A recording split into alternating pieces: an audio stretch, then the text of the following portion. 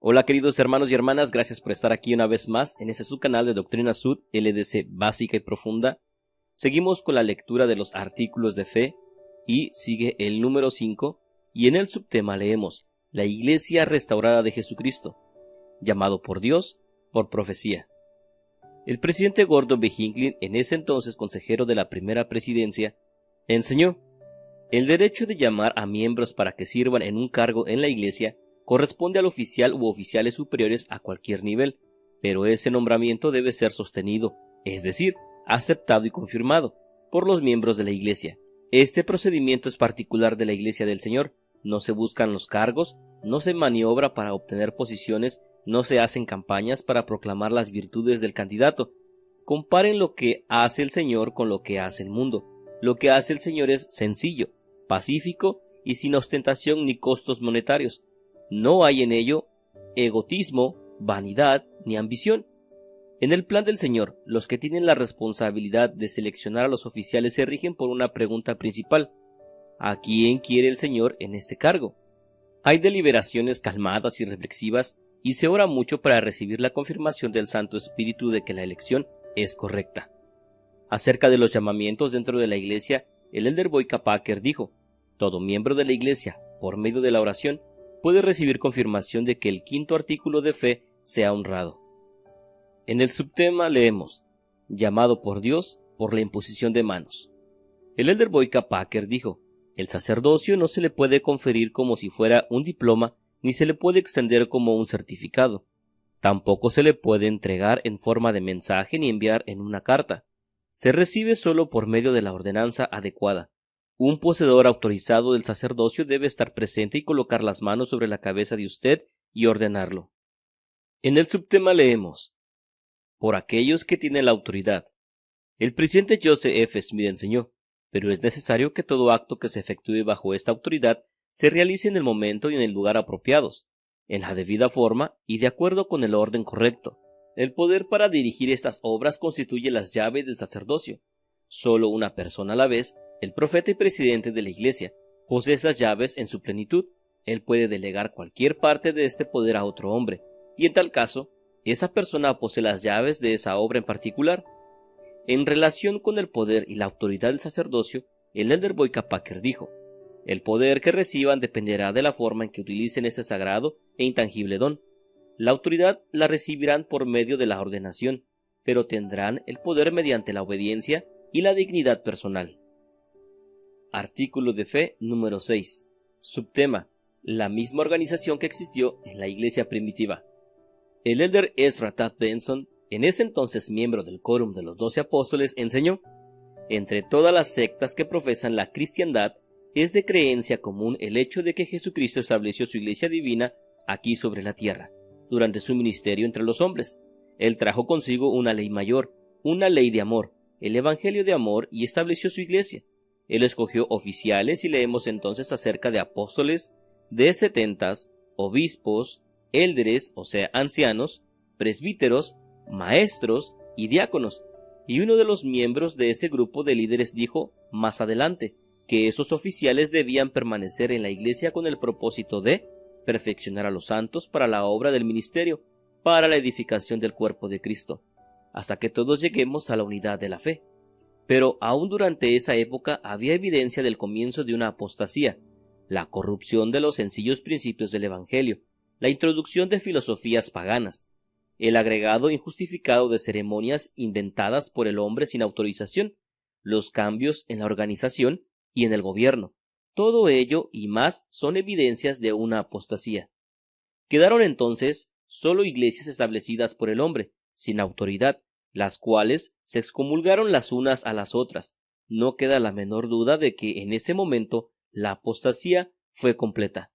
Como la Iglesia restaurada, afirmamos que, una vez que hubo terminado la era apostólica, la Iglesia fue cayendo hasta llegar a la apostasía, que la sucesión en el sacerdocio se desarticuló y que la Iglesia, como una organización terrenal que funcionaba bajo la dirección divina y tenía la autoridad para oficiar en las ordenanzas espirituales, dejó de existir.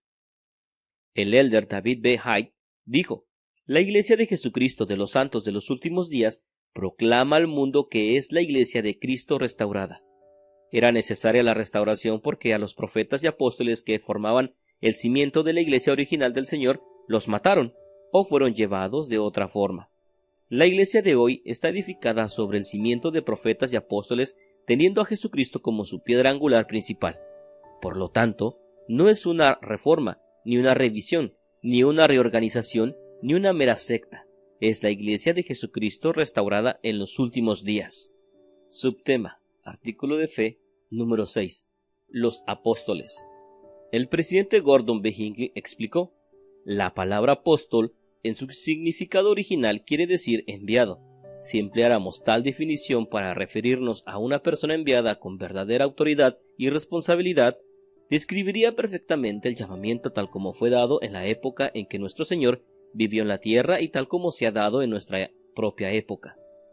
Una vez seleccionados, los primeros apóstoles de esta dispensación fueron convocados a una reunión llevada a cabo en Kirtland el 27 de febrero de 1835.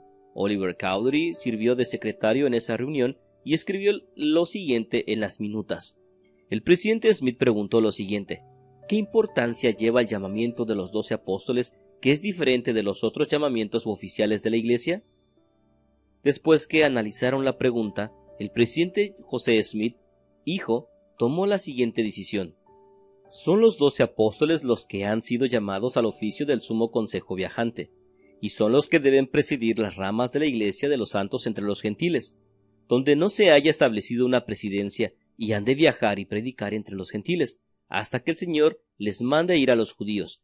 Tendrán las llaves de este ministerio, de abrir la puerta del reino de los cielos a todas las naciones y predicar el Evangelio a toda criatura. Este es el poder, autoridad y virtud del apostolado. Tal como se establece en revelaciones posteriores, estos hombres han de obrar bajo la dirección de la primera presidencia e ir como testigos especiales del nombre de Cristo en todo el mundo. Cuando requieran ayuda en tal deber, la solicitarán a los 70 y luego a otros más, según lo dictaren las circunstancias. Artículo de fe, número 6. Subtema: los profetas. El elder Hugh B. Brown, en ese entonces ayudante del quórum de los 12 apóstoles, dio el siguiente perfil de un profeta. Las siguientes características deben distinguir al hombre que dice ser profeta. Afirmará sin reservas que Dios le ha hablado. Cualquier hombre que diga serlo será alguien digno de que posea un mensaje acorde, que no se trate de una mesa que se mueva ni de espíritu de muertos que hablen, ni de clarividencia, sino de una declaración inteligente de la verdad. Cualquier hombre que sostenga ser un profeta de Dios declarará su mensaje sin miedo ni temor a la opinión pública. Si habla en nombre de Dios, no se echará para atrás aun cuando lo que enseñe sea nuevo y contrario a las enseñanzas aceptadas de la época. Un profeta da testimonio de lo que ha visto y oído, y muy rara vez trata de hacer una polémica de ello. Su mensaje, y no él, es lo que importa. Ese hombre hablará en el nombre del Señor diciendo: Jehová el Señor ha dicho así, como lo hicieron Moisés, Josué y otros profetas. Ese hombre podrá predecir acontecimientos futuros en el nombre del Señor, y ellos ocurrirán, tal como sucedió con Isaías y Ezequiel. No solo tendrá un importante mensaje para esa época, sino también muchas veces un mensaje para tiempos futuros, como ocurrió con Daniel, Jeremías y otros. Él tendrá la suficiente valentía y fe para perseverar a pesar de la persecución y para dar su vida, si fuese necesario, por la causa que defiende, tal como sucedió con Pedro, Santiago, Pablo y otros más. Ese hombre denunciará la iniquidad sin miedo. Por lo general, será rechazado o perseguido por la gente de su época, pero las generaciones futuras y los descendientes de sus perseguidores edificarán monumentos en su honor. Él podrá realizar cosas extraordinarias que, sin la ayuda de Dios, ningún hombre podría hacer. Las consecuencias o los resultados de su mensaje y de su obra serán una evidencia convincente de su llamamiento profético. Por sus frutos los conoceréis. Sus enseñanzas estarán en estricta conformidad con las Escrituras y sus palabras y escritos llegarán a ser Escritura.